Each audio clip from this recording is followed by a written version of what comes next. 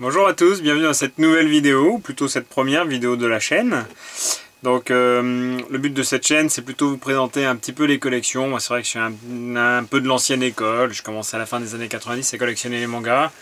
Maintenant j'en ai une bonne tripotée, à tel point que j'ai plus de place pour les ranger nulle part. Donc on va essayer de voir. Le but c'est plutôt de vous présenter des collections anciennes, mais aussi des collections récentes. Pas forcément des trucs vraiment bien. Il y aura un peu de tout parce qu'on doit tous se faire son propre avis, on est tous différents et on doit tous penser différemment. Néanmoins, les collections que je vais vous présenter, je vais essayer de voir un petit peu avec vous dans la construction sans jamais spoil. Je parlerai que des premiers et deuxièmes tomes à chaque fois. Jamais de la fin. L'idée, on doit découvrir en lisant et pas, si possible, se faire spoil un petit peu au préalable. Donc là, j'ai pris une collection un peu au hasard. J'ai pris Bitoom, voilà, pour commencer à parler d'une collection. C'est le trou qu'il y a ici, là, c'était Bitoom. Pourquoi celle-là? Bah, au début, je voulais pas commencer par celle-là, puis je me suis dit, bon, elle est devant, allez, hop, on y va.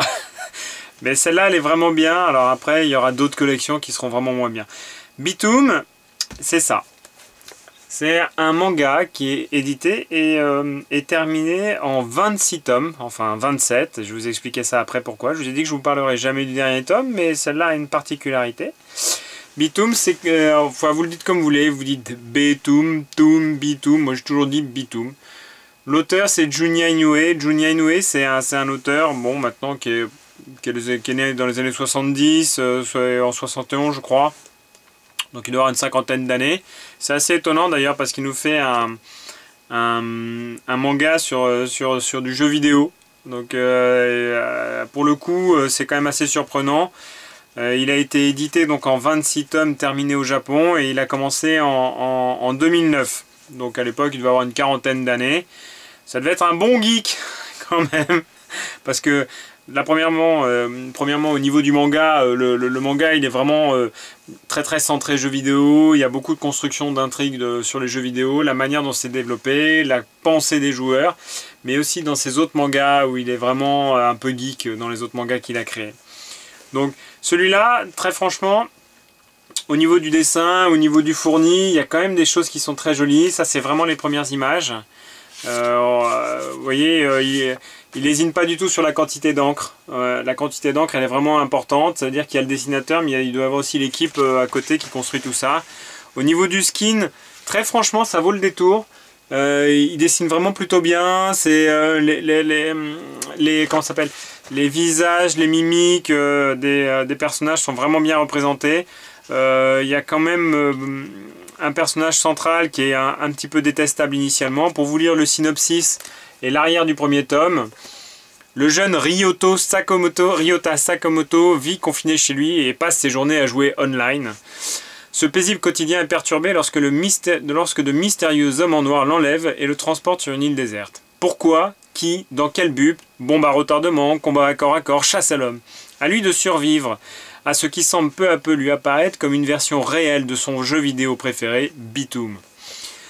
Donc, le personnage principal, c'est lui, Ryota. En fait, c'est un gamer et c'est l'un des meilleurs joueurs dans le monde à un jeu qui s'appelle Bitoom. C'est un jeu virtuel où on joue en équipe et tout ça, c'est expliqué dès le départ. Donc là, pour l'instant, je vous spoil rien du tout. L'intrigue du jeu, ou plutôt l'intrigue du... vous voyez, ça c'est vraiment dans les toutes premières pages. Il est en train de jouer, on voit vraiment comment ça se passe dans son jeu vidéo. L'idée de ce manga, c'est vraiment une analyse de la société japonaise en l'occurrence, avec la déstructuration progressive des liens sociaux, notamment par les jeux vidéo, et toute la construction d'une famille autour de ça. Pour ce qui est de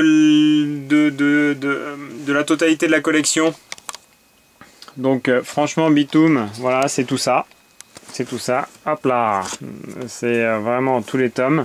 Et j'ai mis à la fin les deux derniers tomes, le 26. Alors en fait, parce qu'il y a la version light et la version un peu hard. D'accord? Donc ça c'est intéressant, parce que pour une fois on a un manga où il y a deux finalités, où il y a deux versions finales, et vous choisissez la version que vous voulez. Donc tous les tomes sont là. Vous remarquerez, et si quelqu'un a la réponse, parce que moi je ne l'ai pas, j'aimerais bien savoir pourquoi est-ce que les chiffres sont pas de la même couleur entre la version 20 et le 21. Est-ce qu'on est comme dans le cadre de One Piece? Je pense pas, mais bon, on ne sait jamais. Voilà.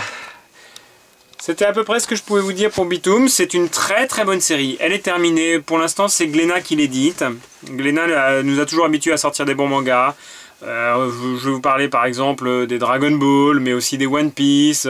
Ils en ont vraiment sorti plein. Les Évangélions. Enfin bon, il y en a quand même beaucoup qui sont sortis des éditions Glénat, qui est un très bon éditeur. Mais c'est un peu cher par rapport aux autres. Mais bon, honnêtement, ça vaut vraiment le coup. C'est une bonne série. Il y a 26 tomes, enfin 27. Vous en faites ce que vous voulez.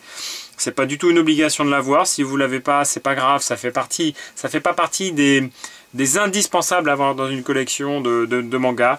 Ça remplacera pas les Bleach, ça remplacera pas les Fairy Tail, ça remplacera pas les Naruto, ça remplacera pas les One Piece, ça remplacera pas les My Hero Academia, tout ce que vous voulez. Mais c'est une très très bonne série. Elle est étiquetée shonen. On peut en discuter. Pour moi, c'est plutôt un seinen. C'est plutôt pour des personnes un peu plus grandes, enfin en termes d'âge, en termes voilà, il y a quand même pas mal de femmes dénudées. Enfin, bon, pour moi, c'est plutôt un seinen qu'un shonen, avec de la romance, avec bon, il y a pas mal de petites choses. En tout cas, c'est une très bonne série. Je vous la conseille. Les dessins sont très bien faits. Elle est terminée, donc tardez pas trop à la faire si jamais vous avez envie de la faire. Ils vont pas être en rupture tout de suite. Glénat, ils mettent rarement en rupture rapidement. C'est plutôt un éditeur correct de ce point de vue-là, pour tous les passionnés. Et elle ne sera pas découpée comme certaines collections type Kenshin avec un changement de format ou une génération basket avec carrément une vente de la licence. Enfin bon.